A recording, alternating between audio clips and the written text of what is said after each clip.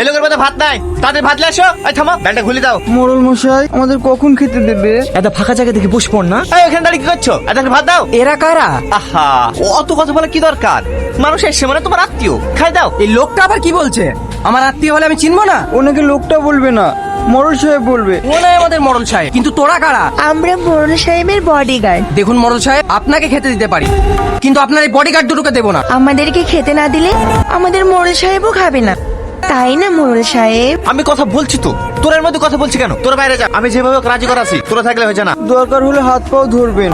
খাবারের বিশাল আইটেম, যেন মিস না হয়। মোড়ল সাহেব বাই।